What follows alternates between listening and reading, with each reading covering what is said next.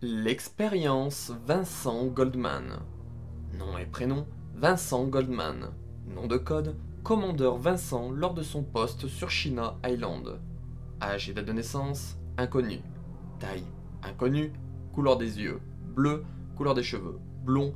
Groupe sanguin inconnu. Affiliation employé d'Umbrella d'une date inconnue à novembre 1998.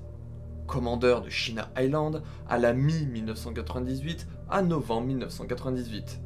En mission connue, on peut noter les événements de China Island en novembre 1998. Il n'avait pas de spécialisation à proprement parler et son statut est mort en novembre 1998. Info complémentaire. Rien n'est bien connu du passé de Vincent. C'était un homme ambitieux qui n'hésitait pas à se salir les mains pour avoir ce qu'il voulait.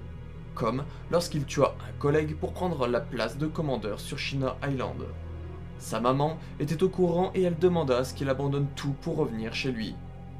Une fois sur l'île, il lança la production en masse des tyrans T-103 et le projet d'un nouveau type de tyran, le prototype nommé Hypnose Type T. Mais il avait besoin de beaucoup de bêta-hétéro-non-sérotonine.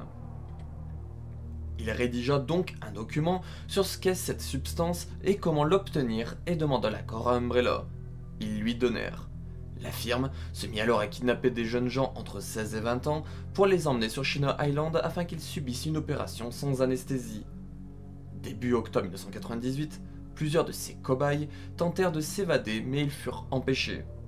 Vincent les exécuta lui-même pour les punir.